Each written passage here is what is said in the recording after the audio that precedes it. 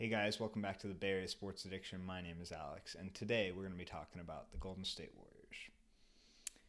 Today is Thursday, January 12th, and the Warriors lost last night to the Phoenix Suns on national television, dropping them to 20-21. We are halfway through the year, and that game last night was just brutal to watch.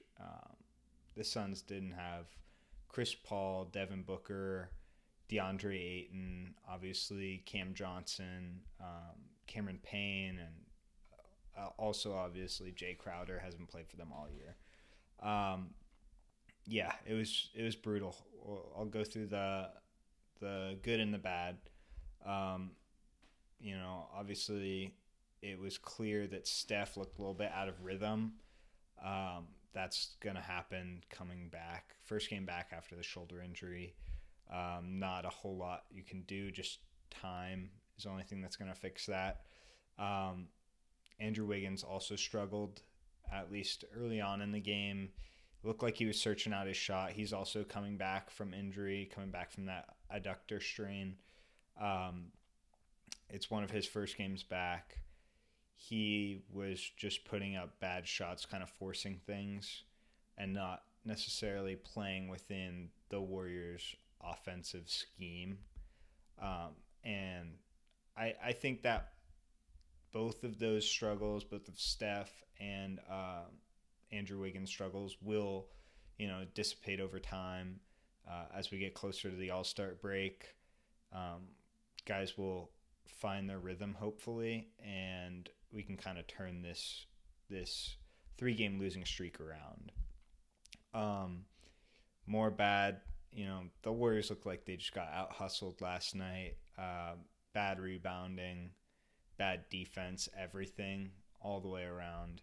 The Warriors got dominated by the big athletic big men of the Suns. And that's not even including DeAndre Ayton right now. So Dario Saric and Jake Landale had a great game against us.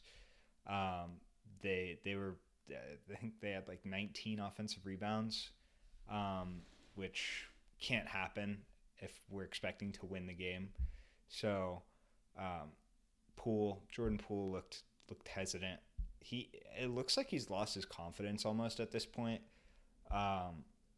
He was so good last year. He kind of, especially coming on in the playoffs, creating and making his own shot. And lately he's had very costly turnovers at the end of games, in games that we should have won. And I don't know, like he just looks like a different player at this point. Like he's still not playing defense. Well, he's trying, but not very good at it. Um, I don't know what's going to need to happen with him. He just needs to get his confidence back somehow. I think when Jordan Poole plays confidently, he makes decisions. There was one play last night where he like beat a man off the dribble and then went to pull up for a jump shot and like pump faked, but he wasn't pump faking anyone. And so his defender just like recovered and then blocked his shot because he pump faked and then went up for the actual shot.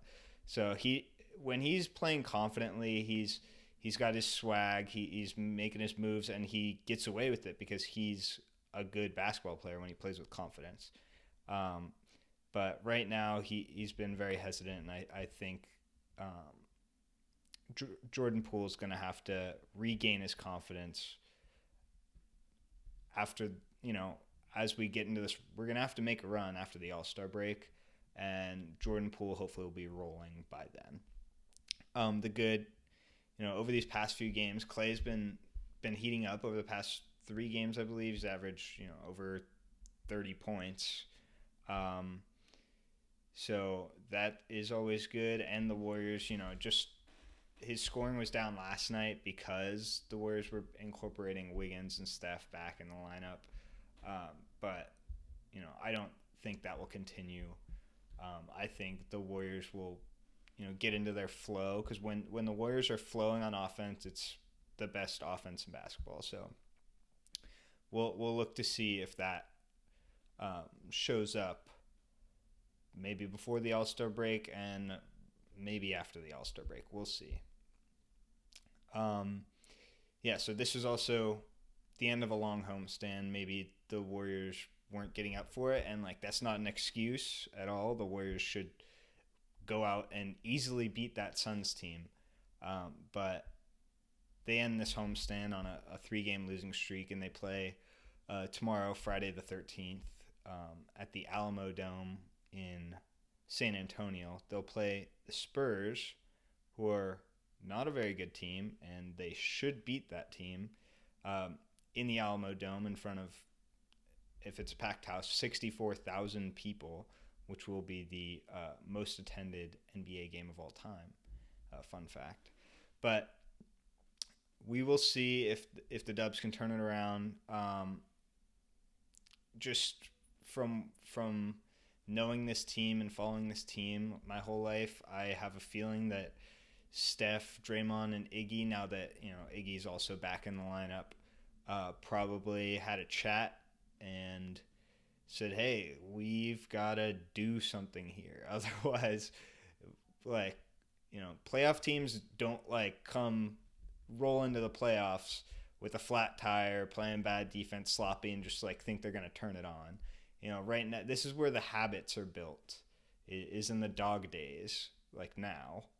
And the Warriors' habits are not good. They get lazy on defense. They don't rebound. And you can't win basketball games that way. So I'm sure that Draymond, Steph, and Iggy had a talk. Maybe they talked to the team, and we'll see if they can turn it around coming up to the All-Star break and then following the All-Star break. All right, that's it for me. Thanks for joining us, and we will see you next time.